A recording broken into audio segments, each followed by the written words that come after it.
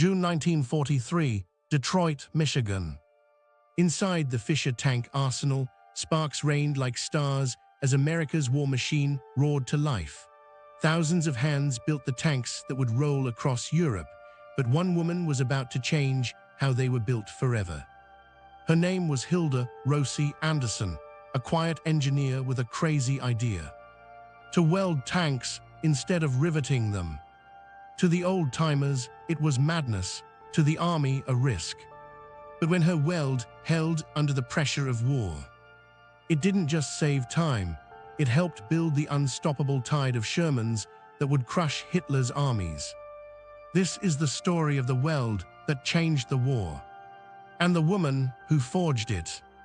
June 14, 1943, Fisher Tank Arsenal, Detroit, Michigan. The morning light slanted through the factory's immense sawtooth windows and turned the suspended crane tracks into long black bars across the ceiling. Steel plates the size of kitchen tables leaned against one another like exhausted giants. The air tasted of coolant oil and hot metal. It smelled of sweat, cigarette smoke, and the strange chemical sweetness that follows an arc weld. A warning bell tolled somewhere down the line, and men in grease-stained overalls, women in rolled-sleeve blouses and kerchiefs, stepped into place like a human machine. Hilda Rosie Anderson moved through that chorus of motion with a clipboard under her arm and a strip of soot along her forefinger. She was 41, not given to theatrics, but not without a quiet stubbornness that had earned her the nickname Rosie among the welders. She wore a cotton shirt rolled at the sleeves, a leather apron slung open across her hips, and a pair of safety goggles balanced above her brow. Her palms were raw from indentation gauges and fittings, her forearms steady from 100 test welds. She had the air of someone who had spent decades coaxing metal into obedience. Major George Whittaker of the U.S. Army Ordnance Department met her at the yawning mouth of Bay 3. He was short, a rigid man in an olive-drab jacket pinned with an inspector's badge, and he carried the kind of impatience that always follows men who must account for ships and tanks. Beside him stood Harold McKenna, the plant superintendent, broad-shouldered, cigarette stub between his lips, scars along the knuckles from too many late nights adjusting dies. They watched as a Sherman hull, its skeletal backbones already riveted, sat on a wheeled cradle. The hull looked incomplete, functional and ugly, seems like a row of teeth. "Rosie," McKenna said, voice low, "you realize they'll laugh you out of the shop if this goes south. Riveting's what they teach. Rivets and hammer. Old men, new rivets. You sure you want to show them a welding trick?" Hilda didn't smile. She ran a thumb along the hull's flange, feeling the cold edge where two plates met. "I'm sure," she said. "Watch the seam. Watch what it does when it holds the load. Watch how long it takes." The riveters, men with padded gloves and pneumatic rivet hammers, stood apart like a small militia. Their tools were heavy iron guns that sounded like machine gun fire when they bit into steel. They treated the rivet as ritual: set the rivet, heat if needed, hammer the buck, grind the head smooth. It took time, coordination, and the precise inflow of men, one to set, two to buck, a squad to finish. On the other side of the bay, Hilda's small crew wheeled in a bank of new arc welding rigs, black boxes the size of trunks with cables coiling like sleeping snakes, foot pedals, and electrode holders. The welders who worked them were younger, often women who'd learned the arc as if they had been born with a welding visor on their faces. Theirs was an efficiency many in the bay distrusted. A hush fell, not from fear but anticipation. Major Whittaker adjusted his cap. "Demonstration," he said. "Show us the miracle." Hilda stepped up to the seam, set her jaw, and clipped a magnetic jig against the plates to hold them true. Her assistant, Joe Alvarez, a foreman with a cropped mustache and forearms like coiled rope, fed her a thick electrode. The arc sparked from the gap, the blue-white flare that smells like ozone and forever marks the moment metal becomes something else. Sparks flew in predictable showers. The first pass laid a bead, the second filled the gap, the third ground down until the seam was a smooth ridge, stronger than the surrounding skin. She worked like a pianist, left hand steadying the torch, right foot regulating the feed, eyes narrowed to the ribbon of molten metal. The riveters watched, then shuffled forward with a mixture of curiosity and irritation. "You think that'll hold in combat?" one of them muttered, Frank O'Malley, 32, who had riven armored hulls since before the war. He spat tobacco onto the concrete and folded his arms. Hilda wiped her hand on her apron and touched the hot bead with a gloved thumb to demonstrate its coolness, not from bravery, but from confidence in the cooling technique she'd insisted on in the specification book. Staggered fillets, full penetration at the critical joints, seam peening to prevent cracks. Major Whittaker handed her a clipboard stamped with tests, tension metrics, shears, and an old photograph of a rivet that had ripped free from a jungle tank. "We'll put it under a tensile," he said. "If it fails, we go back to rivets." They moved the hull to the testing block, a hydraulic press that could pressurize the seam until the metal screamed. Hilda documented each setting like a surgeon knotting each step in an operation.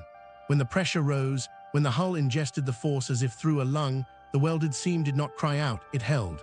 The gauge crept past the standard the riveters used as gospel. A rivet might have buckled, the inspector mused. A weld flexed and absorbed the energy, distributing it along its length.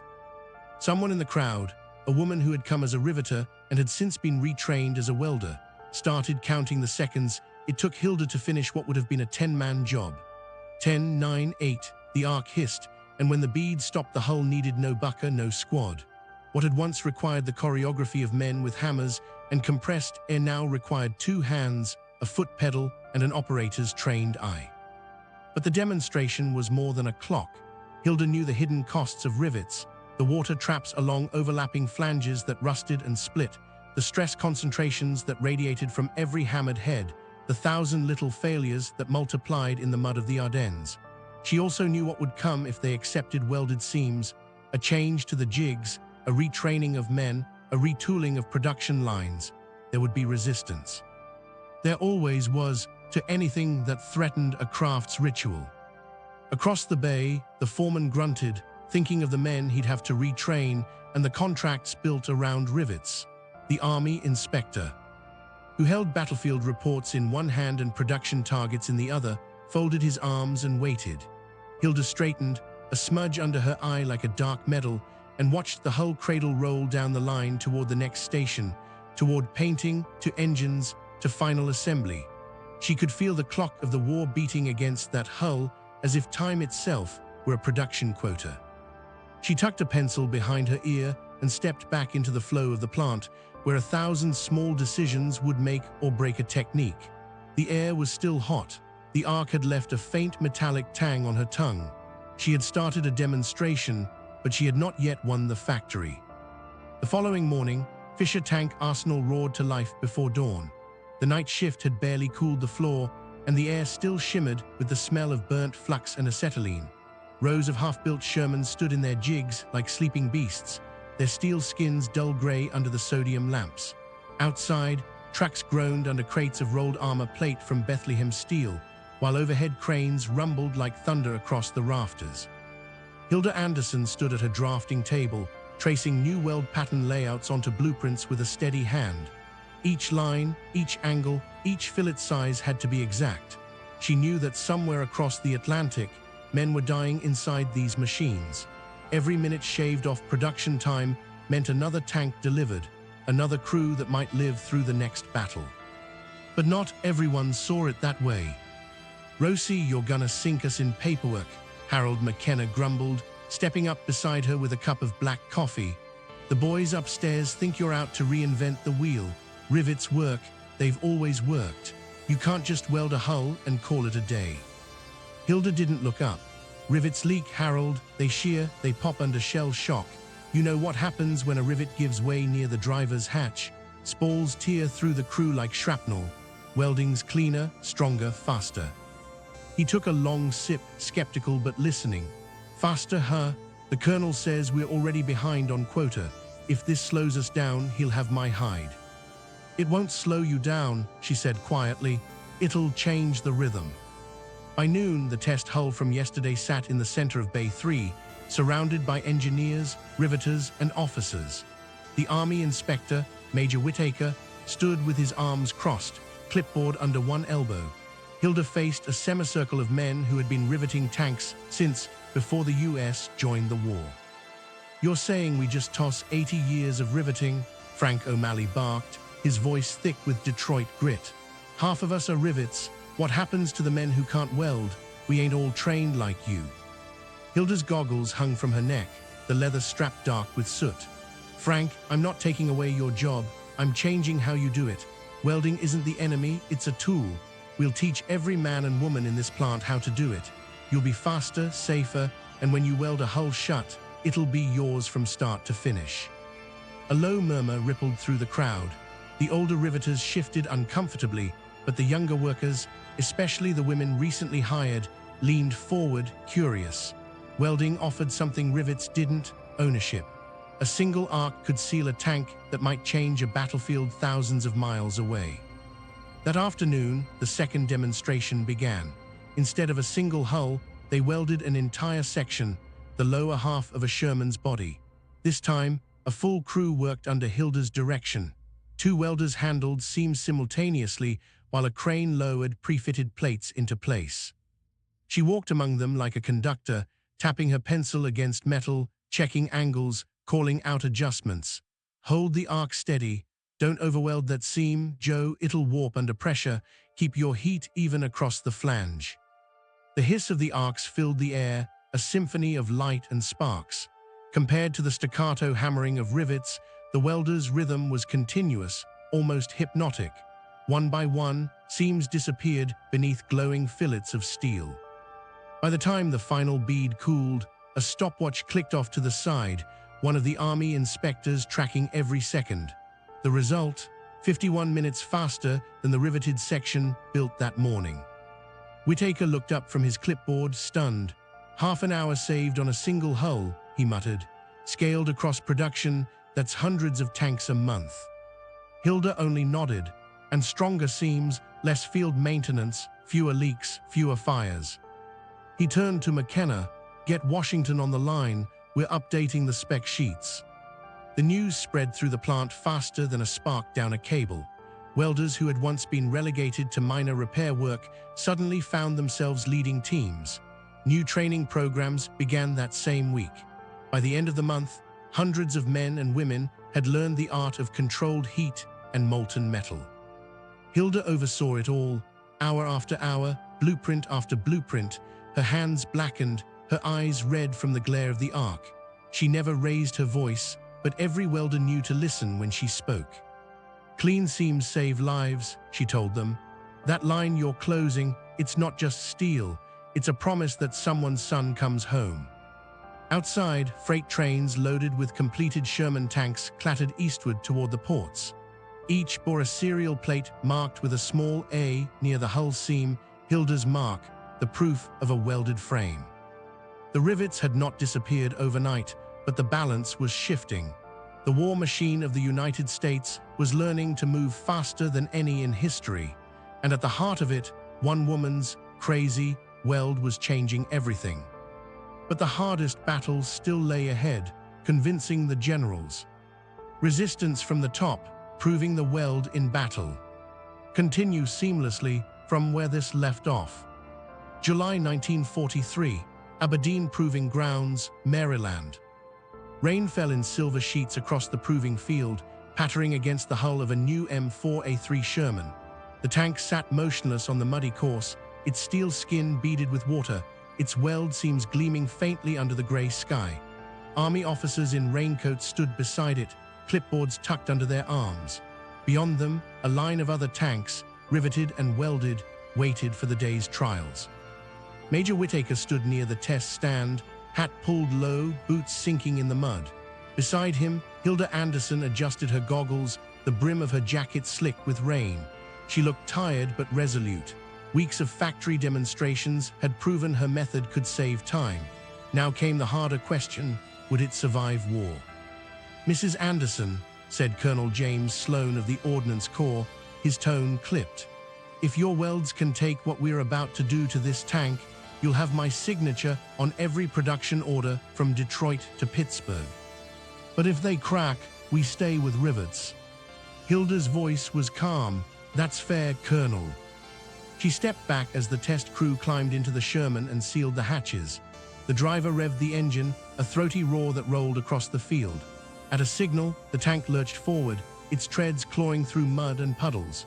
The test was brutal by design: cross-stitches, shock drops, torsion twists, simulated artillery bursts. Every weld, every joint, every plate would be tested for stress and fatigue. For 2 hours, the tank groaned, shuddered, and roared its way across the proving ground. Officers took notes. Technicians tapped hammers against seams, checking resonance. Then came the final phase: controlled explosive tests. A shell charge detonated beside the hull, rocking the tank in a thunderclap of mud and smoke. Hilda flinched but didn't look away. When the smoke cleared, the tank's side bore deep scars, but her seams held. Colonel Sloan approached, brushing rain from his cap. No cracks. The inspector nodded. "None, sir. Plates held clean." Sloan crouched beside the tank, tracing a gloved finger along the weld bead. "Damn smooth work," he muttered. Then louder, "Mrs. Anderson, looks like your crazy idea might just change how we build an army." Hilda smiled faintly, rain running down her face. "It's not crazy, Colonel, it's efficient." Within a week, telegrams shot across the country: welded hull production authorized. At Fisher Tank Arsenal, the change was instant. Rivet guns were packed away, new welding bays opened along the assembly line. Blue sparks danced across the factory like stars fallen to earth. The sound of hissing arcs replaced the old percussion of hammers. Reporters visited from life and time, photographing the women in welding helmets, their faces lit by electric light. Headlines called them Rosies, a name that soon became legend. Hilda "Rosie" Anderson refused interviews. She stayed in the background, teaching, refining, inspecting seams with the same quiet precision she had shown on day one. By August, the output numbers were staggering: 1 tank every 55 minutes at peak efficiency. What once took days now took hours. Rivets had become relics of another era. But Hilda didn't celebrate. She kept a small folder at her desk, letters from soldiers who fought inside the tanks she helped build. Some praised the smooth ride and sturdier armor. Others, written in shaky handwriting from field hospitals, thanked the women back home who made the steel hold. She read every one. That winter, in a field outside Bastogne, a Sherman tank took a direct hit from an 88 shell. The shell glanced off the front slope and tore open part of the side hull, but the weld held. The crew survived. Months later, one of them, Sergeant Tom Carver, visited the Fisher plant on leave. He found Hilda at her drafting table, still wearing her welding apron. "You're the one who changed how these things were built, right?" he asked, holding out a scorched piece of hull steel he'd brought home. "That seam, it saved us." Hilda looked at the metal, her hand trembling slightly. "It wasn't just me," she said softly. "It was every hand that held the torch." The sergeant smiled. "Well, ma'am, whatever you did, keep doing it. It's working." By 1945, nearly 50,000 Shermans had rolled off American lines, more than Germany, Japan, and Italy combined could produce. The welding revolution didn't just save time, it helped win the war of industry itself. And somewhere amid the noise of factories, the sparks, and the flood of steel heading overseas, one engineer's crazy idea had quietly reshaped the arsenal of democracy. When asked years later what she remembered most, Hilda didn't mention the recognition, or the production records, or the general's praise. She only said, "The sound of the weld, once you hear it, you never forget. It's the sound of metal becoming something stronger, something that lasts."